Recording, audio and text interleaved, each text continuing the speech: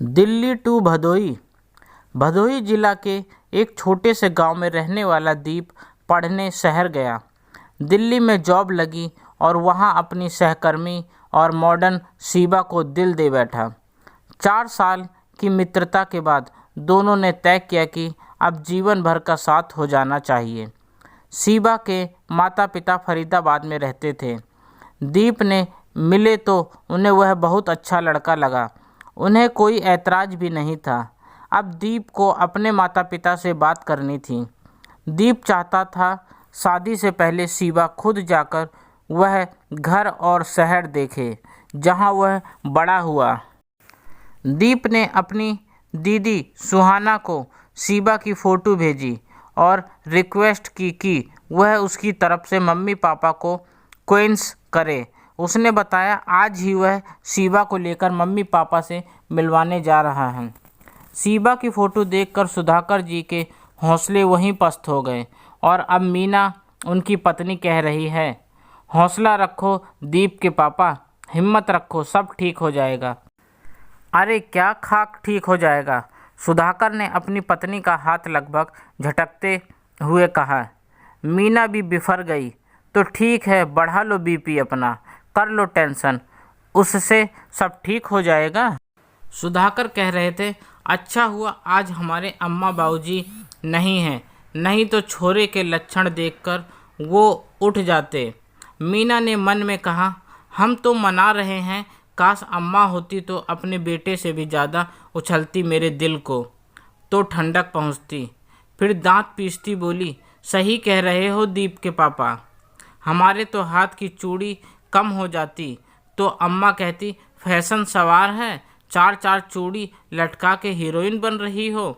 हमारे तो सर से पल्लू सरकने की देर होती कि हमारी अम्मा तक के चरित्र गिनाने लगती हमारी तो। सुधाकर ने सोचा मौके पर चौका लगाना तो कोई इनसे सीखे। बीच में टोक कर बोला, तुम हमको हौसला दे रही हो या हमारी अम्मा का गरिया रही हो? और तुम तो बहुत महान हो, जानते हैं तुमने हमारी अम्मा जैसी औरत के साथ निभा लिया, अब जरा अपनी इस बहू से निभा लो, यह तो तुम्हारे लिए आसान ही होगा। व्यंग को समझाते हुए भी ना समझ कर बोली, चलो तुमने मानी तो कि तुम्हारी अम्मा युद्ध विराम का विकुल बजाती दरवाजे की घंटी बज उठी। लो आ गया तुम्हारा लाडला, तुम ही झेलो।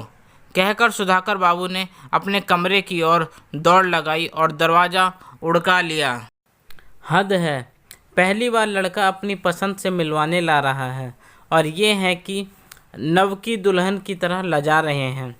मीना ने दरवाज़ा खोला, बिल्कुल वैसी जैसी फ़ोटो में देखा था।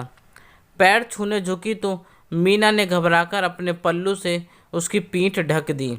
हाय हाय, माँ बाप ठीक नाप के कपड़े भी नहीं सिलवाते बेचारी के।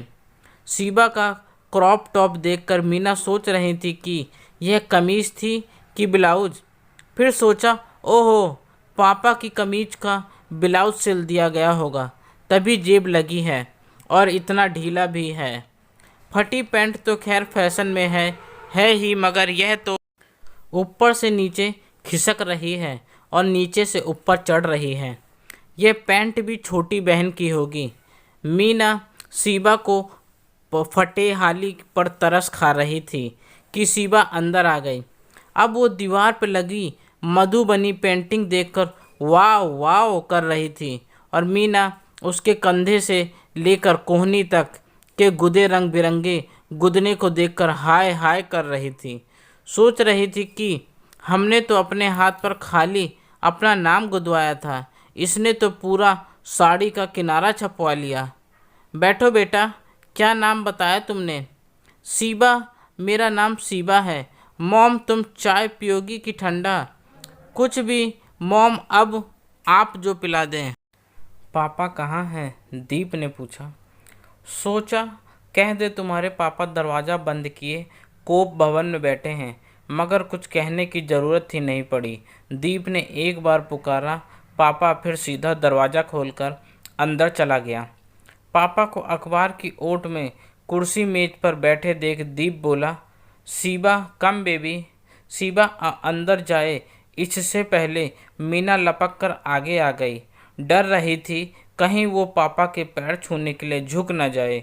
जल्दी से बोली, आओ तो शिवा बिटिया, तुम्हें तुम्हारी रसोई दिखाएं। जब तुम ससुराल आया करोगी तो यहीं खाना पकाना पड़ेगा। कहते हुए शिवा की रंग बिरंगी बाह पकड़कर मीना उसे किसी तरह रसोई में ले ही आई। शिवा ने कहा, मॉम, मैं बहुत अच्छी कुक नहीं हूँ, बस पेट भरने लायक बना लेती हूँ। कोई इशू तो नहीं ना? मीना ने सोचा, इशू ही इशू है, पर तुमको क्या कहें। चाय का पानी चढ़ाया तो शिवा ने इधर उधर देखा, ट्रे और कप उठाकर बोली, यह चलेगा मॉम? हाँ हाँ, मीना ने चाय छानी तो शिवा ट्रे उठाकर खुद ही अंदर ले गई। मीना चाय का बर्तन खंगाल कर रख रही थी कि शिवा ने आकर कहा, मॉम बिस्किट है, खाली चाय मैं नहीं पीती। मीना ने सोचा, वह भी कितनी पागल है, इतना नर्वस हो गई है कि नाश्ता तो लगाया ही नहीं। उसने नाश्ते के डिब्बे अलमारी से निकाले तो शिवा प्लेट में लगाने लगी। और लो बेटा, मीना ने कहा तो बोली, नहीं मॉम, उसके लिए ले जाती हूँ, इतना काफ़ी है। दीप तो बिस्किट खाता नहीं, यह मठरी। अच्छा, तो इसको दीप की पसंद मालूम है। पहली बार मीना ने उसे ध्यान से देखा। काले बालों में एक सुनहरी लट, खूबसूरत उंगलियां और अंगूठे में रिंग्स, चेहरे पर कोई मेकअप का नाम निशान नहीं।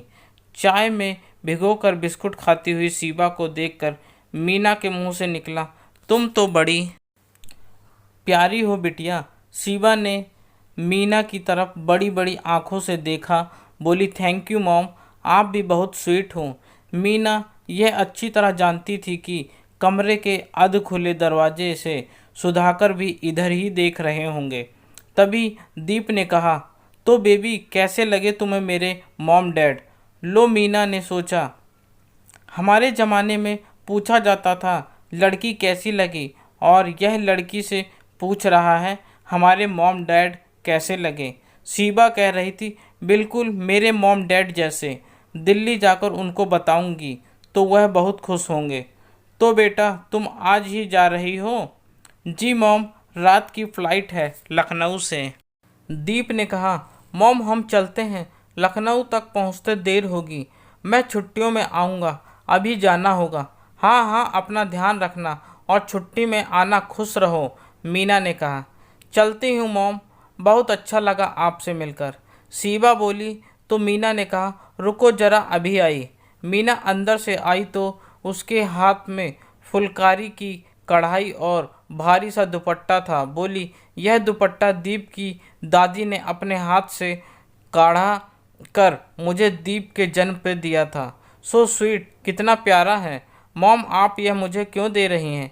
मीना ने कहा, बेटा देनी तो सोने की चीज़ चाहिए, मगर दीप ने इतना समय नहीं दिया। मॉम मेरे लिए यह गोल्ड से भी ज़्यादा प्रीशियस है, शिवा ने कहा और कहते हुए चुन्नी ओढ़ ली। बोली, वंडरफुल फ्यूजन, यह तो मेरी ड्रेस पर ऑसम लग रही है ना दीप? हम लुकिंग ग्रेट, दीप ने हामी भरी। मीना ने सोचा, कितनी भोली है बताओ, फटी जीन्स, ढीला ब्लाउज, ऊपर से फुलकारी वाली चुन्नी, और यह ऐसे इसे छोटे से कस्बे से बाहर निकलेगी तो भीड़ ना लग जाए। बोली, जाओगे कैसे? दीप ने कहा, माँ यहाँ पर कैब नहीं आती, इसलिए टैक्सी वाले को बाहर ही रोक कर रखा है। अच्छा फिर ठीक है, मीना को तसल्ली हुई। मीना ने देखा सुधाकर कमरे से बाहर आ रहे थे। बोले, तुम्हारी माँ ने ना कुछ बनाया ना कुछ खिलाया, इस बार आना तो बतला कर टाइम लेकर आना, तुम्हें यहाँ की इमरती रबड़ी खिलाएंगे, ऐसी दिल्ली में भी नहीं मिलती। शिवा ने कहा, जी डैडी ज़रूर। शिवा ने इस बार झुककर सुधाकर और मीना के पैर छुए तो मीना निश्चिंत थी, उसकी पीठ पर सासू माँ की दी हुई चुन्नी जो पड़ी थी। दोस्तों आपको मेरी यह कहानी कैसी लगी प्लीज़ कमेंट करके ज़रूर बताएं और मुझे सब्सक्राइब भी करें। आपका अपना दोस्त, धन्यवाद।